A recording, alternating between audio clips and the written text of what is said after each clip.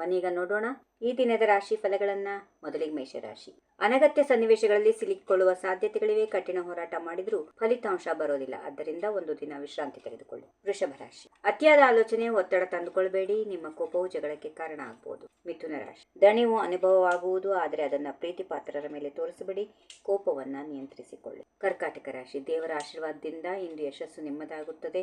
ವಿದ್ಯಾರ್ಥಿಗಳಿಗೆ ಪೂರ್ಣಗೊಳ್ಳದ ಕೆಲಸಗಳನ್ನು ಮುಗಿಸಲು ಉತ್ತಮ ದಿನ. ಸಿಂಹರಾಶಿ. ಮನೆಯ ವಿಷಯಗಳಲ್ಲಿ ಹೆಚ್ಚು ಗಮನ ಹರಿಸುತ್ತೀರಿ. ಮನೆ ನವೀಕರಣ ಅಥವಾ ಪೀಠೋಪಕರಣ ಬದಲಾವಣೆ ಯೋಚನೆ ಮಾಡಬಹುದು. ಕನ್ಯಾ ರಾಶಿ. ಹೃದಯದಲ್ಲಿ ಹುದುಗಿದ್ದ ಭಾವನೆಗಳು ಇಂದು ಹೊರಬೀಳುತ್ತವೆ. ವಸ್ತುಗಳೊಂದಿಗೆ ಭಾವನಾತ್ಮಕ ಬಾಂಧವ್ಯ ಬೆಳೆಯುತ್ತದೆ. ತುಲಾ ರಾಶಿ. ನೀವೆಲ್ಲರ ಕಣ್ಣಿನಲ್ಲೂ ಕೇಂದ್ರ ಬಿಂದುವಾಗಿರುತ್ತೀರಿ. ಹೊಸ ಉದ್ಯಮ ಆರಂಭಿಸಲು ಉತ್ತಮ ಅವಕಾಶ. ವೃಶ್ಚಿಕ ರಾಶಿ. ಪುರಸ್ಕಾರದ ಬಗ್ಗೆ ಯೋಚಿಸದೆ ಸತತ ಕಠಿಣ ಪರಿಶ್ರಮ ಮಾಡುತ್ತೀರಿ. ಕೆಲಸದಲ್ಲಿ ಸದಾ ಸಿದ್ಧರಾಗಿರಿ. ಧನುಸ್ ರಾಶಿ. ಸುತ್ತಲಿನ ಮಾರ್ಗದರ್ಶನಗಳನ್ನು ನಿರ್ಲಕ್ಷ್ಯ ಮಾಡಬೇಡಿ. ಕೆಲವು ನಿಮಗೆ ಉಪಯುಕ್ತವಾಗಬಹುದು.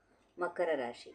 ದಿನ ಚೆನ್ನಾಗಿ ಪ್ರಾರಂಭವಾಗುತ್ತದೆ. ನಿಮ್ಮ ಸಾಮರ್ಥ್ಯಗಳಿಂದ ಎಲ್ಲರನ್ನ ಆಶ್ಚರ್ಯಗೊಳಿಸುತ್ತೀರಿ. ಕುಂಭರಾಶಿ. ದಿನಪತ್ರಿಕೆ ಓದೋದ್ರಲ್ಲಿ ನಿರತವಾಗಿರುತ್ತೀರಿ. ಲೋಕಜ್ಞಾನ ಹೆಚ್ಚಾಗುತ್ತದೆ.